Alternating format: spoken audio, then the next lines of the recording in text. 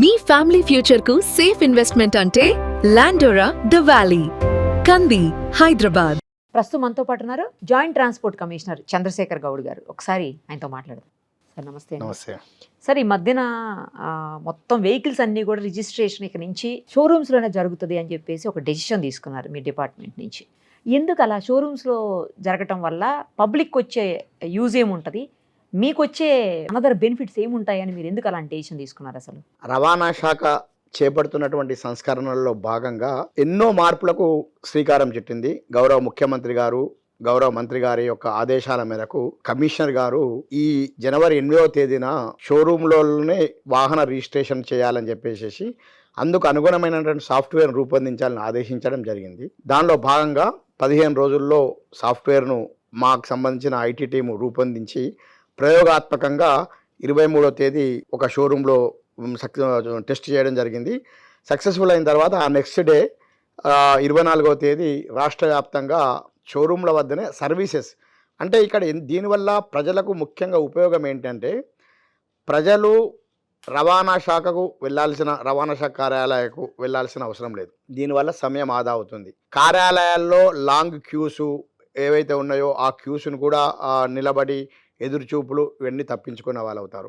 అంతేకాకుండా వాహనం సైతం ఇప్పుడున్నటువంటి ప్రస్తుత ఈ ట్రాఫిక్ పరిస్థితులలో వాహనాన్ని కూడా రవాణా శాఖ కార్యాలయానికి మళ్ళీ తీసుకొచ్చి మోటార్ వెహికల్ ఇన్స్పెక్టర్ దగ్గర చూపించాల్సినటువంటి అవసరం కూడా తప్పుతుంది. అంతేకాకుండా చాలామంది ప్రభుత్వ ఉద్యోగులు కావచ్చు, ప్రైవేట్ ఉద్యోగులు కావచ్చు, వాహనం రిజిస్ట్రేషన్ చేసుకోవాలనుకుంటే ఖచ్చితంగా ఒకరోజు సెలవు తీసుకొని ఒక రోజంతా దానికి సమయం కేటాయించి రిజిస్ట్రేషన్ చేసుకోవాల్సినటువంటి పరిస్థితి ఇంతకుముందు ఉండేది. దీనివల్ల ఈ షోరూమ్ల వద్దనే సర్వీసెస్ను అవలంబించడం ద్వారా వారు మళ్ళీ రవాణా శాఖ కార్యాలయానికి వెళ్ళాల్సిన అవసరం లేకుండానే షోరూమ్ల వద్దనే ఆ ప్రక్రియనన్నింటినీ పూర్తి చేస్తే షోరూమ్కి సంబంధించినటువంటి డీలర్ ఎవరైతే ఉన్నారో ఆ డీలరు సంబంధిత డాక్యుమెంట్స్ను అటు ఆన్లైన్లో పంపిస్తూ ఒక మాన్యువల్లో కానీ లేదా స్పీడ్ పోస్ట్తో కానీ రవాణా శాఖ కార్యాలయానికి చేరిస్తే రవాణా శాఖ సిబ్బంది ఇటు క్లర్క్స్ కావచ్చు, ఏఓ కావచ్చు, మోటార్ వెహికల్ ఇన్స్పెక్టరు, ఆర్టీఓ ఆ స్క్రూటిని అంతా చేసేసి వారికి నెంబర్ను కేటాయించడం జరుగుతుంది.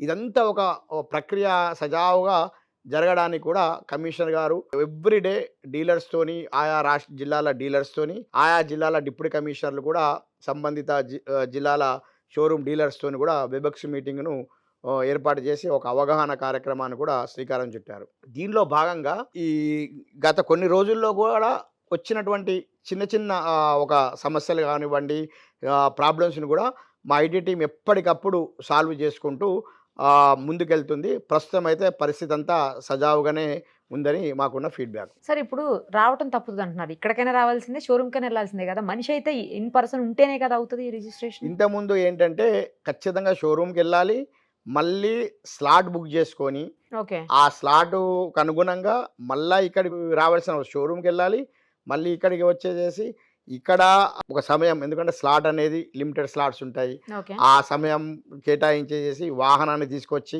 ఇదంతా కూడా తప్పుతుంది. మనకు తమిళనాడులో కావచ్చు, కర్ణాటకలో కావచ్చు, ఆంధ్రప్రదేశ్లో ఈ విధానం ఇప్పటికీ అమల్లో ఉంది. మా ministry of road transport and highways ఏదైతే వాహన అనే విధానాన్ని ప్రవేశపెడుతుందో దాంట్లో కూడా ఈ యొక్క విధానము, ఈ ప్రక్రియ అనేది మిళితమై ఉంది. కాబట్టి మన తెలంగాణ రాష్ట్రం కూడా మారుతున్నటువంటి ఈ కాలానికి, మారుతున్నటువంటి పరిస్థితులకు, ఈ సంస్కరణలకు అనుగుణంగా షోరూమ్ వద్దనే ఆ ప్రక్రియనన్నింటినీ పూర్తి చేసే విధంగా ఈ ప్రక్రియకు శ్రీకారం చుట్టింది. ఇప్పుడు మన దగ్గర రిజిస్ట్రేషన్ 1500, 1800 ఉంటుంది కదా సార్, వెహికల్ రిజిస్ట్రేషన్. కానీ ఇప్పుడు షోరూమ్ వాడి మీద కంట్రోల్ ఏముంటుంది? వాడి ఇష్టం వచ్చినంత పెట్టి కలెక్ట్ చేస్తే దానికి ఎవరు రెస్పాన్సిబుల్? అప్పటి కానీ ఇప్పటి కానీ షోరూమ్ వాళ్ళు ఎక్స్ట్రా ఛార్జెస్, అటు హ్యాండ్లింగ్ ఛార్జెస్ కావచ్చు, రిజిస్ట్రేషన్ ఛార్జెస్ పేరిట ఎట్టి పరిస్థితుల్లో ఛార్జ్ చేయకూడదని చెప్పేసి ఇప్పటికే కమిషనర్ సర్క్యులర్స్ ఉన్నాయి. ఒకవేళ మీరు చెప్పినట్టు మంచి ప్రశ్న, ఖచ్చితంగా డీలర్లపై కూడా మేము ఒక స్పష్టమైనటువంటి ఒక మార్గదర్శకాలు మేము ఇవ్వబోతున్నాము. ఎట్టి పరిస్థితుల్లో ఆర్టీఓ దగ్గర నుంచి ఎంవీఐ కావచ్చు, ఆర్టీఓ కావచ్చు, డిప్యూటీ కమిషనరు, జాయింట్ కమిషనర్ ఎవరైనా కూడా at any point of time షోరూంలో తనిఖీ చేయవచ్చు. ఏ కస్టమర్ కానీ సంబంధిత ఛార్జెస్ కన్నా ఎక్కువ ఛార్జ్ చేస్తున్నట్టు కానీ అనిపిస్తే దానికి సంబంధించిన కొటేషన్ను కూడా సంబంధిత రవాణా శాఖ కార్యాలయ అధికారికి ఫిర్యాదు చేస్తే ఖచ్చితంగా విచారణ జరిపించి వాళ్ళ డీలర్ యొక్క ఏదైతే ఆథరైజేషన్ కూడా సస్పెండ్ చేస్తాం. ఎందుకంటే మీరు చెప్పినట్టు మొదటి దశలోనే ఈ కఠినంగా ఉంటే డీలర్స్ అందరు కూడా ఒక పద్ధతి ప్రకారం అనేది అలవాటు పడిపోతున్నారు. లేకపోతే మీరు అన్నట్టు డీలర్లు కూడా ఇష్టారాజ్యంగా అది చేసే అవకాశం ఉంటుంది. ఖచ్చితంగా ఈ సందర్భంగా మీ ఛానల్ ద్వారా వాహనదారులకు కూడా విజ్ఞప్తి ఏంది అంటే, మీరు ఏదైతే కొటేషన్ ఇస్తారో ప్రతిదీ కూడా మీరు అడగండి. అది షోరూమ్ ప్రైస్ కావచ్చు, లైఫ్ ట్యాక్సా, ఇన్సూరెన్సా, టీఆర్ ఛార్జెసా, ఫైనాన్షియల్ ఛార్జెసా, ఇవన్నీ కాకుండా ఇంకేమైనా ఎక్స్ట్రా ఛార్జెస్ ఉంటే ఆ ఛార్జెస్ ఏంటి అని కూడా మీరు స్పష్టంగా అడగండి. అది ఇన్వాయిస్లో రిఫ్లెక్ట్ అవుతుందా లేదా కూడా మీరు తెలుసుకోండి. లేని పక్షంలో మాత్రం ఖచ్చితంగా మీకు అధికారం ఉంది. వాళ్ళని అడిగి ప్రశ్నించే అధికారము, వారిపై కంప్లైంట్ చేసే అధికారం కూడా వాహనదారుడికి ఉంది. ఇప్పుడు 3000 4000 5000 వేసి చూపిస్తాడు సార్. అందులో చూపించినప్పుడు ఇది ఏంటి అని అడిగితే రిజిస్ట్రేషన్ కోసం అంటాడు. తెలిసిన వాళ్ళు అయితే క్వశ్చన్ చేస్తారు, తెలియని వాళ్ళు అసలు క్వశ్చనే చేయరు పాపం. అది ఎంత ఉందో రిజిస్ట్రేషన్ ఇక్కడికి వస్తే తప్ప తెలియదు కదా చాలా మందికి. ఇప్పుడు తెలిసిన వాళ్ళు ఎవరు అనుకున్నాను క్వశ్చన్ చేస్తారు, ఏంటి ఇంత ఎక్కువ వేసావన్నప్పుడు వాడు ఏమంటాడు, ఇది షోరూమ్ నుంచి వెళ్తుంది కాబట్టి షోరూమ్ కింద హ్యాండ్లింగ్ ఛార్జెస్ కింద వేసాం సార్ అంటాడు. ఏం మాట్లాడతారు అప్పుడు ఎవరైనా? నేను అదే చెప్తున్నాను కదా, దానికి ఏంటంటే హ్యాండ్లింగ్ ఛార్జెస్ అనేటివి ఏంటివి అని చెప్పి ఖచ్చితంగా అడగాల్సిన అవసరం ఉంది. దానికి సంబంధించి ఇటీవలి కాలంలోనే కూడా మేము కొన్ని షోరూమ్లపై కూడా సంబంధిత అధికారులు చర్యలు తీసుకోవడం జరిగింది. కస్టమరు ఫిర్యాదు చేస్తే ఖచ్చితంగా చర్యలు తీసుకోవడం అనేది జరుగుతుంది. ఇప్పటికి కూడా నేను ఏమంటున్నానంటే, మేము డీలర్లపై అతి త్వరలో కూడా ఒక స్పష్టమైన మార్గదర్శకాలు ఇవ్వడమే కాకుండా ఈ ప్రక్రియలో ఎవరైనా, ఎందుకంటే మనము ఒక ప్రభుత్వం చేసే ఒక అధికారాన్ని, ప్రభుత్వం చేసే ఒక నిర్ణయాన్ని షోరూమ్లకు ఒక ప్రైవేటు వ్యక్తులకు అప్పజెప్పే క్రమంలో ఆ ప్రైవేటు వ్యక్తులు ఇష్టారాజ్యంగా ఏదైనా ప్రభుత్వ పరిధిని అతిక్రమించి ఏది చేసినప్పటికీ కూడా అది ఖచ్చితంగా వారు సంబంధిత రూల్కి లోబడి శిక్షార్హులు అవుతారు. అది ఆథరైజేషన్ సస్పెన్షన్ కావచ్చు, క్యాన్సిలేషన్ కూడా కావచ్చు. ఖచ్చితంగా ఈ ప్రాసెస్ అంతా స్ట్రీమ్లైన్ అయిన తర్వాత మేము అందరికీ కూడా ఇన్స్ట్రక్షన్స్ ఇవ్వడం జరుగుతుంది. ఖచ్చితంగా జాయింట్ కమిషన్ క్యాడర్లో మేము సైతం కూడా ఇన్స్పెక్షన్ చేసి ఏ విధమైనటువంటి ఛార్జెస్ కానీ ఎక్స్ట్రా ఛార్జ్ చేస్తే మాత్రం వారు ఖచ్చితంగా వారిపై చర్యలు తీసుకోవడం జరుగుతుంది. ఇప్పుడు ఒక 500 1000 ఎక్స్ట్రా వేసుకున్నాడు అనుకోండి సార్, అన్ని వెహికల్స్ మీద వాడికి బాగానే వస్తుంది. ప్రతి 500కి 500కి 1000 రూపాయలకి ప్రతి ఒక్కళ్ళు వచ్చి మీ దగ్గర కంప్లైంట్ చేయాలని లేదు కదా. అదే అంటున్నాను కదా, నేనేమంటున్నానంటే ఇప్పుడు రిజిస్ట్రేషన్ ఛార్జెస్ కూడా అక్కడనే ఫీజు మెన్షన్ చేస్తారా? పే చేసే సదుపాయం ఇప్పటికే ఉంది. ఇప్పుడు ప్రస్తుతం ఉన్న పరిస్థితుల్లో కూడా at the time of purchase of vehicle he has to pay registration charges.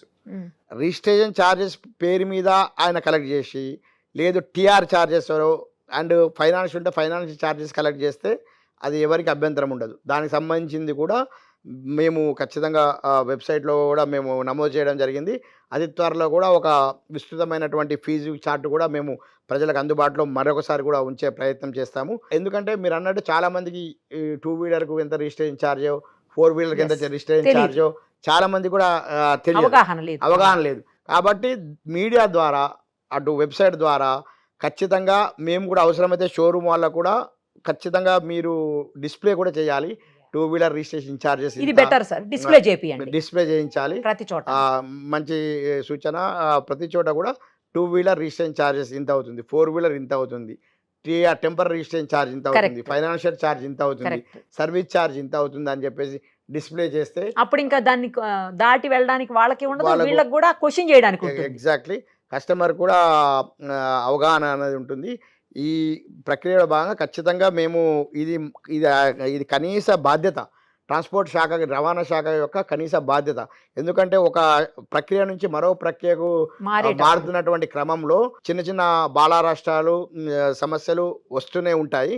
వచ్చిన వాటిని సాల్వ్ చేసుకోవడంతో పాటు ఈ పవర్ ట్రాన్స్ఫర్మేషన్ ఏదైతే జరుగుతుందో ఆ క్రమంలో ఆ కొత్త ఏదైతే పరిధిలోకి వెళ్తుందో వాళ్ళపై కూడా నియంత్రణ చేయాల్సిన అవసరం ప్రభుత్వ శాఖగా రవాణా శాఖపై తప్పకుండా ఉంటుంది. Thank you so much. Thank you.